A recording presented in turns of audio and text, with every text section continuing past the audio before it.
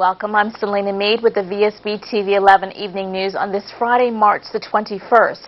At the top of tonight's news, the Jetgate controversy reared its ugly head in Parliament again today, leaving an angry Premier Craig Cananeer having to deal with the spectacle of his own Attorney General providing the name of Stephen DaCosta, the Premier's personal business manager, as a passenger on board the corporate jet that took a government team to Washington for a private briefing. These kinds of questions are not in the interest of the country itself. They are very political, very suggestive, in fact, very inflammatory, suggesting that some immoral or illegal activity has been going on. Right from the get-go, we have been talking about what took place, and again, I'm not here to bring this country into disrepute. There's no one on the take here. We have investors who are keenly interested in this country, who want to invest in this country. And this only goes to the demise of the country when we have these foolish kinds of things that are unfounded, that have no substance to them and no base to them, just pure politics. And Bermuda wants to move beyond this, and that's all I have to say. Can you handle, though, the Stephen DaCosta's name being mentioned by the Attorney General being on board? Why was he there? That name has been out there from day one. The opposition has known it. In fact, the opposition knew it a long time ago, and members of the opposition have told me they knew the name. So again, this is not new news, and it has been out there in the media already. To be redundant once again, to castigate a member of Bermuda in a bad light is wrong. It's outright wrong without any substance at all. It's wrong. But he is your business manager. Yes, he's my business manager, yes. Why was he there? Well, again, as I said, we'll continue on with this investigation. I've got a writ out there, and again, it's difficult, but at the end of the day, he was not there to initially be in the meeting. He was not initially to be there in the meeting, and we leave it at that. Opposition spokesman David Burt was quick to suggest that the Premier was running out of runway. I think what we saw today was very disappointing. Once again, the Premier of this country has refused to answer legitimate questions. For the Premier to get up in Parliament and say that people know the answer to the question, no they don't, and the Premier should answer questions of which are asked. We are all up here to represent the people of this country. Therefore, our questions are the representative of the people of this country. And for the Premier to refuse to answer those questions, he is basically turning his nose at the people of this country who deserve to have answers from the people of whom they pay to run this country. You had the Attorney General provide you with the information. That was the most shocking thing. The Premier refused to answer the questions, yet the Attorney General answered the questions. But in answering the questions, the Premier, or in his obfuscation, created more confusion. For example, the Premier said that his business manager was not supposed to be in the meetings. Then why was he on the plane? Then the Premier says he can't recall how many meetings that the business partner was actually in. And if he wasn't supposed to be at the meetings, then why did he leave the hotel and go to the meeting site? Something does not add up, and the people of this country deserve to know that the business of this country is being done in a proper manner. It is not hard for the Premier to answer questions. If he has to hide from the truth, then we have a problem. If nothing happened wrong, then tell us what happened and the country can move on. But until the Premier answers the questions, it is only going to cause and create doubt in people's minds. Bermuda's taxi drivers will get a 25% fare increase, their first in 8 years, and be able to carry up to 7 passengers under changes announced in Parliament by Transport Minister Sean Crockwell and set to come into effect on May 1st, 2014. We hear from the Minister and his shadow, Lawrence Scott. It may appear to be exorbitant at first glance, but the reality is that the taxi industry has not received an increase since December of 2007, so close to 7 years ago. And so when you look at that and you take into consideration if they were getting incremental increases, it's not really unreasonable. It is something that has been put to us from the taxi industry. They have been struggling, as you know, for the last few years, and it's not something that's going to be put on the consumer in one lump sum. It's going to be spread out throughout the actual trip of any taxi fare. So every fifth of a mile you will see an increase in the rate. So we think that it is reasonable, but we do understand people's concerns in this economic climate. 25% we feel actually crosses the threshold in which it then becomes counterproductive for the taxi industry, because for us it now means that locals will have to foot the increase of 25% during the off-season. What we had proposed as during the budget debate was a fuel rebate program, even a payroll tax concession in conjunction with maybe a 10% increase, because we do know that the taxi drivers deserve a raise and they do need a pay raise because they haven't had one in 7 to 8 years. So we don't want to take away from that, but we also we feel as though a raise done in a balanced approach by reducing the overhead that taxi drivers need to provide versus having a pay increase would then be the more balanced approach in moving forward, because as you know, that as most people do know, the taxi industry and taxi drivers use more fuel than the PTB buses do. So a fuel surcharge or a fuel rebate program would be the best way to go for that, and would reduce their overhead considerably while not having the locals have to bear the burden of paying for this increase. The Bermuda Monetary Authority's statement yesterday that property, home, automobile, and motorcycle insurance sold by an unnamed friendly society was not regulated by them was struck down today by the trustees.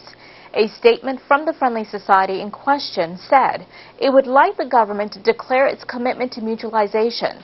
The trustees says the entity to which the BMA is referring has been provided with a legitimate license by the Bermuda government to provide its services to its members. The BMA originally stated that such entities are outside the scope of existing insurance regulation and regulation in Bermuda, and thus are not currently regulated for that purpose by the authority. The trustees say in their statement that the Premier, the Home Affairs Minister, and the Minister of Finance need to declare their commitment to mutualization. The statement also added the press release made by the Bermuda Monetary Authority undermines the government's efforts. In other news, the jury finally returned with a verdict in the attempted murder trial of Servio Cox and Devon Huey after 7 p.m. last night. The jury could not come to a unanimous decision or a majority decision on one of the charges. The two defendants were on trial for attempting to shoot and kill 2 men as they stood outside of Shine's nightclub in March of 2012. The trial went on for over 2 months, and the jury deliberated yesterday from 11 a.m. until 7 p.m., at which time they came back as a hung jury. The 2 men will appear at April's arraignment session, at which time a new trial date will be set.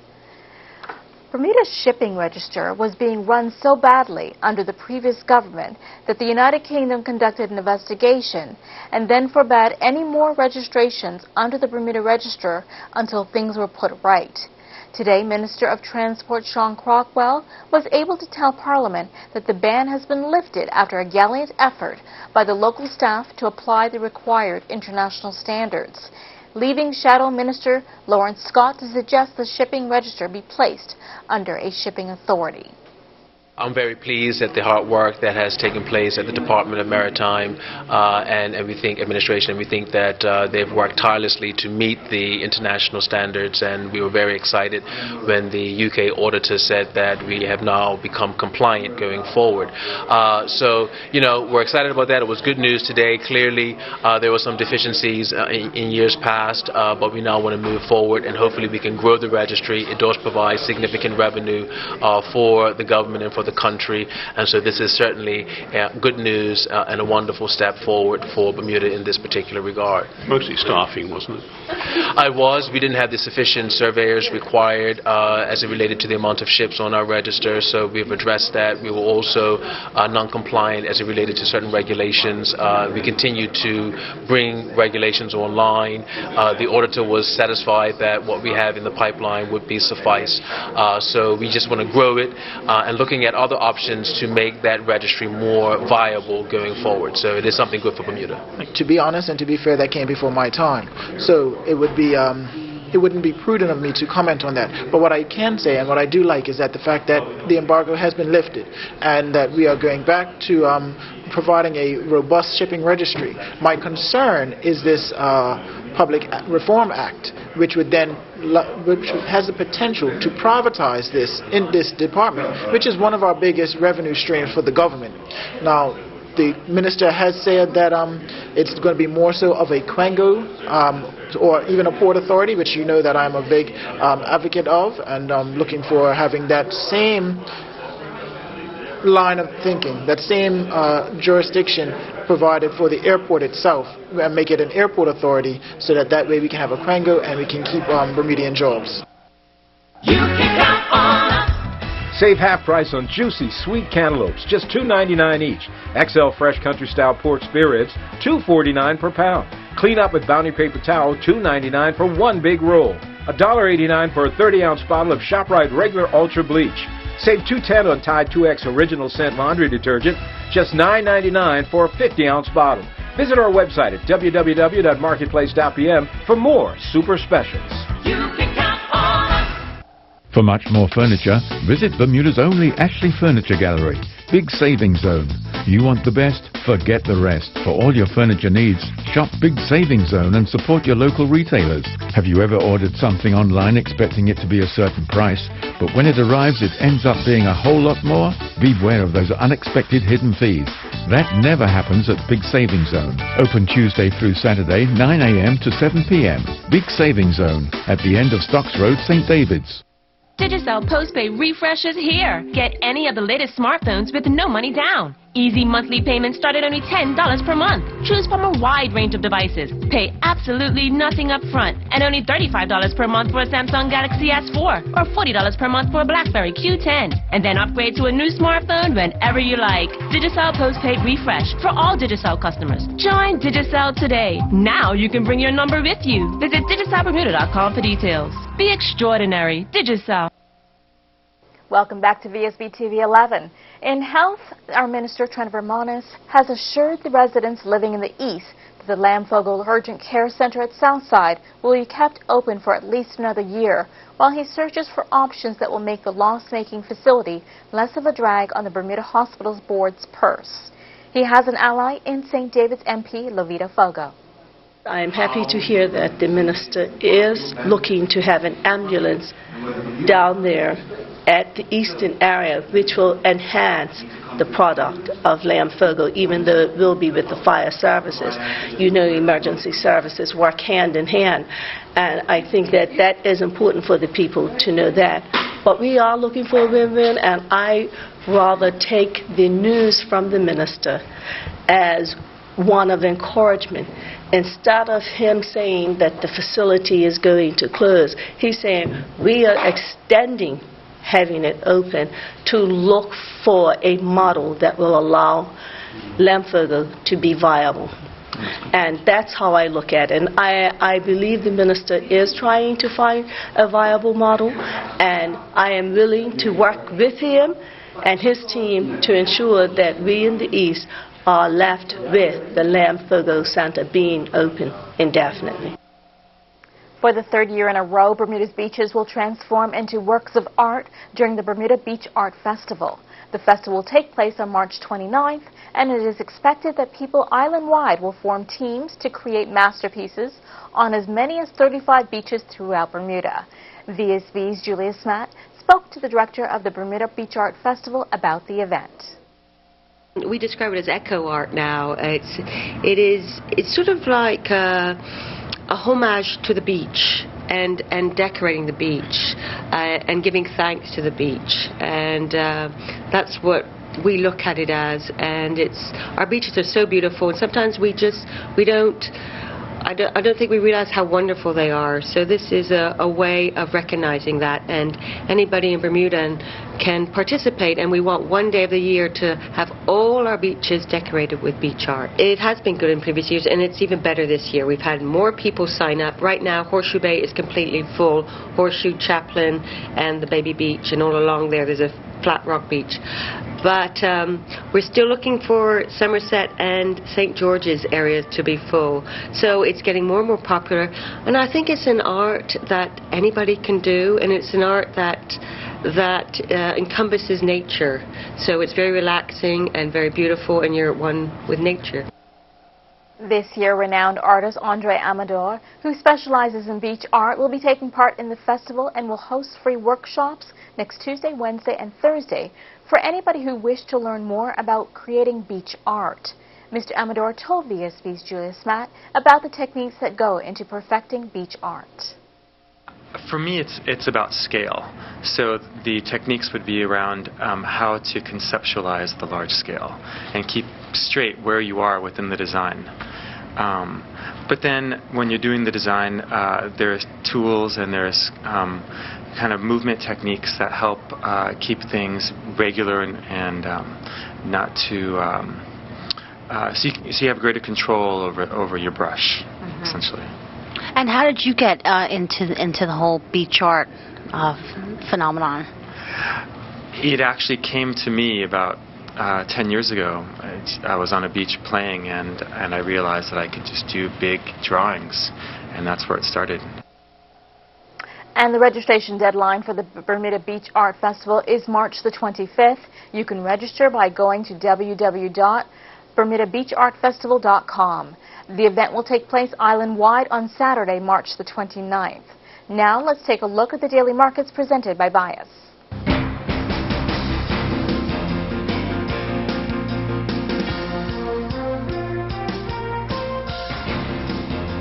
World markets steadied on Friday after a volatile week driven by speculation over shifts in U.S. monetary policy, with equities around the globe on the rise and the euro up against the dollar.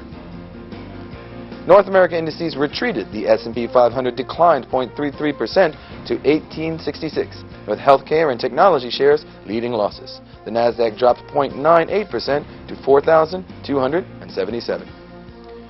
Bermuda Stock Exchange had mixed returns on the day. XL Group PLC rose 0.39% to $30.54. Renaissance Re dropped 0.41% to $96.95. UK stocks rose as mining companies rallied. The FTSE 100 rose 0.23% to 6,557. The German DAX increased 0.5% to 9,343 after a report showed consumer confidence in the euro area rose more than forecast. China's stocks rallied amid speculation the government is loosening funding restrictions for both property developers and banks to support economic growth. The Shanghai H increased 2.72% to 2,048. Latin American indices advanced on the day. Brazil's Bovespa continued this week's rally as iron ore producers benefited after commodities rebounded. Argentina's Merval increased 1.9% to 6,079. U.S. Treasury bonds gain as investors reevaluate how quickly Federal Reserve officials will increase interest rates. The 10-year yield dropped 3 basis points to 2.74%. The U.S. dollar weakened against most major currencies. The Canadian dollar rose from a 4-year low after reports showed inflation and retail sales grew faster than forecast. And that was a look at the daily markets presented by Bias.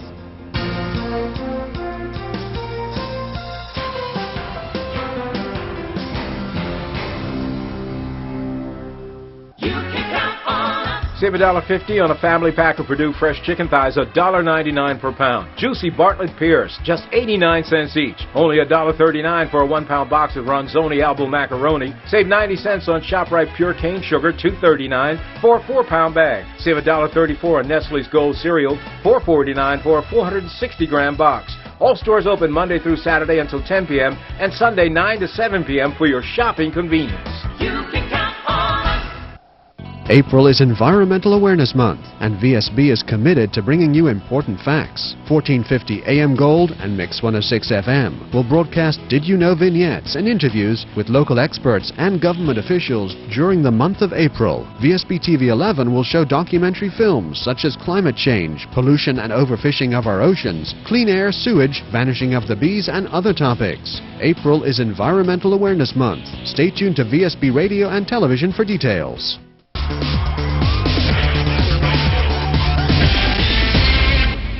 And welcome back. In sports tonight, the explosion of interest in the annual Grey Goose World Par 3 Golf Championship at Turtle Hill next weekend has taken even founder Anthony Mucklow, director of golf at the Fairmont Southampton, by surprise.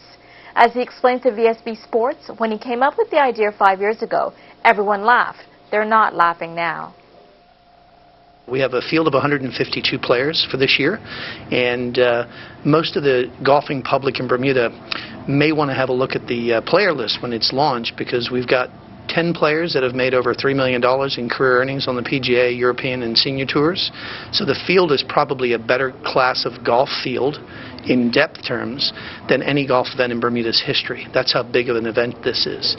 So hopefully we're going to see some exciting golf, get some great Bermuda weather, and an opportunity for some of Bermuda's amateur golfers and professionals to play with some real superstars. And it's a par 3 course with all that excitement.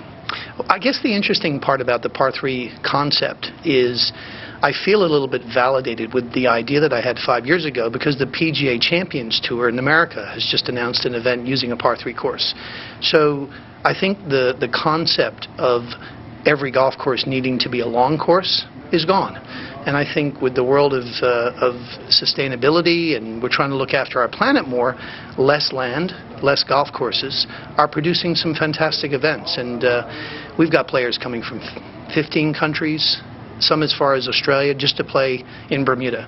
So the impact of golf tourism, the marketing opportunities for us to really grow this event into something that is unlike anything that golf has been seen in Bermuda is fantastic. And of course we've got some local heroes. Absolutely. You got Daniel Augustus, who won the inaugural event back in 2010. You can't do without mentioning Michael Sims, Bermuda's probably most successful professional. Dwayne Pearman, who has just entered his senior years, and you can't look past Terrence Daniels and a few of the other local players that are causing a bit of a stir. There's a lot of practicing going on at Turtle Hill Golf Club right now. Well, it's a home course, isn't it? Yeah, a lot of the play. It's quite interesting. We just had a Bermuda Golf Association just had a monthly medal last Saturday, and we were blown away that we had 60 players that wanted to come and play the course. So Turtle Hill has got a very good brand. It's got a very good layout. It's scenic. It's strategic. The weather impacts play there a lot. And I think golfers are starting to give it a little bit more respect than they may have done in previous years. But I think when you start seeing guys who have won the Ryder Cup wanting to come and play at this golf course, we must be doing something correct. And we're excited about it. Middle school students came from both public and private schools throughout the island to participate in inter-school sports at National Stadium. Students could be seen and heard cheering on their classmates from the bleachers, and despite the rain, the young athletes were eager to put their best foot forward in their various competitions. VSB's Julia Smatt spoke with Manny Faria of the Bermuda School Sports Federation, who said the morning rain showers had not been a deterrent and that the day was off to a good start. Once that the rain is going away, it's a nice, cool day. Not too much wind, which is good. Tuesday for our heats, we had a lot of strong wind, and it affected the runners quite a bit. But right now, it's perfect weather for track. Hopefully, the rain doesn't come back. Obviously, you always have, your star athletes are the kids that are here and participating, are sort of the ones that you expected to be in the running? Right now, this meet's pretty strong meet. We have dozens of really class athletes. Coming up right now, we have Suresh Black from Summersfield, who's in his division in the under 13 boys. As you can see, is pulling himself up quite a bit of distance from the rest of the class, but he's going to be a strong contender today to champion boy in his age group. I think it's a wonderful atmosphere. The principals in the middle school decided a few years ago they'll bring all the students here to cheer on their classmates. It makes it for a great meet. Like I said, the atmosphere is great. It's going to be really tight this year. We probably have 2 or 3 schools really competing for the title, which is usually maybe 1 or 2. So I'm not going to make any predictions right now, but I think it's going to be a really exciting day out here. VSB spoke with 3 winners from one of the 200-meter races. In first place was Warwick Academy, in second was Whitney Institute Middle School, and third place was won by a Sandy Sannons secondary middle school student. You came first place. How was it out there? What were the conditions like? It's been raining. How did you find the race? Well, I thought I was going to flip, but then once I got to the bend of it, once I got to the straightaway, just had to keep going. And you came in second. How did you find the race? Did you put your best foot forward? I found the race pretty challenging. And you came in third. That's an accomplishment. How did you find the conditions, and how was it getting ready to participate today?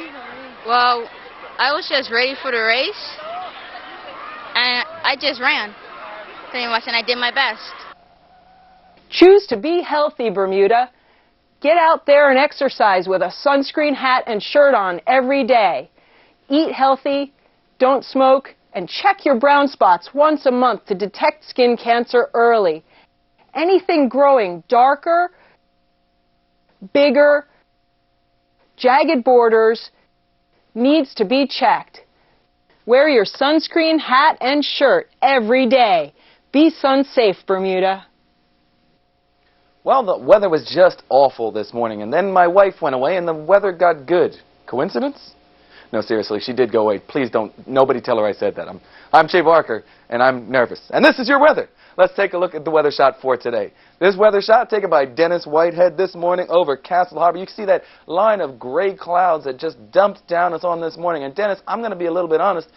I'm kind of jealous you got to go out and play golf this morning, even though you might have got a little wet. But it did clear up, like I said, and it turned out to be just a lovely day. Thanks to Dennis Whitehead for sending in this shot. Our highs and lows for today, we saw a high temperature of 70 degrees, and it felt like 70 degrees. 2 p.m. was our high. 63, we saw our low temperature at 3 a.m. this morning. Currently, we're looking at 67 degrees. Humidity is 75%. Winds out of the northwest at 10 to 15 knots, and that barometric pressure is rising at 30.05 inches. For March, so far, we've seen 2.91 inches, brings our total all the way up to 17.22 inches, and you can see still almost about 4 inches off of the 13, up on that 13.32 we'd have normally seen. Take a look at our satellite map. Well, this high pressure is going to continue to build in, bringing fair weather for Saturday right through into Sunday. That high is then going to move off to our northeast on Sunday, bringing a new low in that will move from our northwest, bringing a few showers on Sunday evening and more showers and a chance of thunder right through until Monday. A strong low will then bring a strong gale force winds late on Tuesday. Not looking like it's going to be a great week next week. In Atlanta, mostly cloudy and 75. 51 and mostly cloudy in Boston. Charlotte will be mostly cloudy and 76. 52 and light rain in London. Miami, we're looking at mostly sunny and beautiful, 82 degrees. New York, partly cloudy and 64. Orlando, mostly cloudy and 83. 66 in Philadelphia and mostly cloudy. Toronto and light snow for my wife and daughter at 37 degrees. Wow, good for you. In Washington, mostly cloudy and 66 degrees. For tonight, we're looking at a low of around 63 degrees, partly to mostly cloudy. Winds out of the north-northwest at 8 to 12 knots. For tomorrow, high temperature around 66 degrees, partly cloudy, becoming mostly cloudy late in the evening. Winds out of the north at 10 to 15 knots, and they'll be light and variable out of the southeast at 8 to 12 knots, and then they're going to go veer again out of the south, 10 to 15 knots overnight. For mariners tonight, there are no small craft warnings in effect. 1 to 2 feet inside the reef, seas outside the reef, 4 to 7 feet. Sea temperature, 66 degrees. For mariners tomorrow, no warnings in effect. Seas inside the reef, 1 to 2 feet. Seas outside the reef, 4 to 8 feet. Low tide, 7:23 a.m. and high tide, 1:03 p.m. Let's take a look at the 5-day forecast. Well, it doesn't look like we're going to break 70 in the next couple of days. Saturday, partly cloudy, becoming mostly cloudy in late evening, high of around 66. Sunday, mostly cloudy, a few showers later, high of around 68. Monday, mostly cloudy, showers, a chance of thunder, clearing late, high of around 69. Tuesday, sunny breaks, cloudy with showers and a chance of thunder late, and a lot of winds, gale force all the way to the storm force winds, high of 65. Wednesday, mostly cloudy with showers and a possible gale force, high of only 66. Our photo of the week winner this week is David Flatras. This is a lovely shot taken from Spanish Point, looking out towards Dockyard. This was done on a Wednesday, and one of the good moments during the day, and this is just a great shot. It was windy. You can see the white caps were kicking up. But this is just a perfect example of how beautiful Bermuda can be, even on a bad day. Thanks to David Flatras for sending this in. He is a winner of Dinner for Two, and you could be next week's winner, so make sure you send in your shots. I'd like to thank the Bermuda Weather Service for all their help, and a shout out again to my friends down at Boyles, all the ladies down there. You really hooked me up. Love you guys. Have a nice weekend. I'll see you again real soon. We thank you for choosing to spend your evening with us at Vsb TV 11. Have a fantastic weekend. Good night, Bermuda.